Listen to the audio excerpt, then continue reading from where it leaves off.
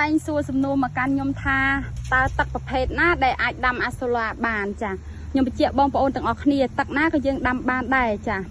នេះបងប្អូនមើលទឹកខ្ញុំជាក់ស្ដែងខ្ញុំដាំជាមួយនឹងទឹកស្រះចានេះបងប្អូនឃើញគឺល្អមែនទែនចាទឹកនេះគឺល្អស្គមតែម្ដងចាប៉ុន្តែ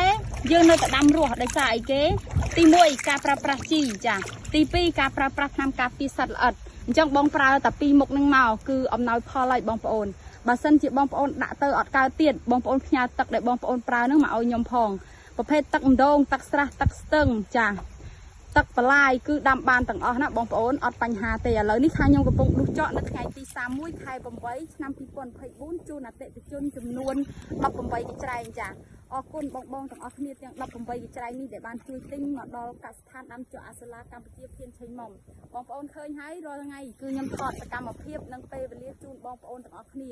ដើម្បីឲ្យកាន់តែមានទំនុកចិត្តនិងជឿជាក់មកកាន់កសិដ្ឋានហ៊ានវេលុយមកកាន់អ្នកលក់ចាបងប្អូនដឹងហើយថាការលក់អីវ៉ាន់នេះគឺខាងប្អូនសុំអតិថិជនឲ្យវេលុយមកមុនទៅដាក់អីវ៉ាន់តាមក្រោយពួកអីបើកាលណាអត់បានលុយទេអត់មានកម្លាំងក្នុងការធ្វើការទេបងប្អូនអរគ្នាចាអធិស្ឋានផងបងប្អូនវេលុយមកភ្លាមខាងខ្ញុំវិខ្ចប់ដាក់ជូនភ្លាមនៅក្នុងថ្ងៃដែលបងប្អូនវិញ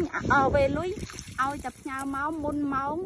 ចា5រសៀលមានន័យថាម៉ោង3ម៉ោង4ហ្នឹងគឺសិតតែជាពេលដែលពួកខ្ញុំចេញអីវ៉ាន់បានហើយលើសម៉ោងហ្នឹងគឺលើកទៅស្អែកពួកអីឡានអត់មានទេមានត្រឹមម៉ោង5ហ្នឹងឯងចាអញ្ចឹងព័ត៌មានតកតងជាមួយនឹងការដាំអាសូឡានេះសូមបងប្អូនទាំងអស់គ្នាខសួរចាខាងខ្ញុំបង្ហាញបងប្អូនអត់យកលុយទេទិញក៏ប្រាប់មិនទិញក៏ប្រាប់ចា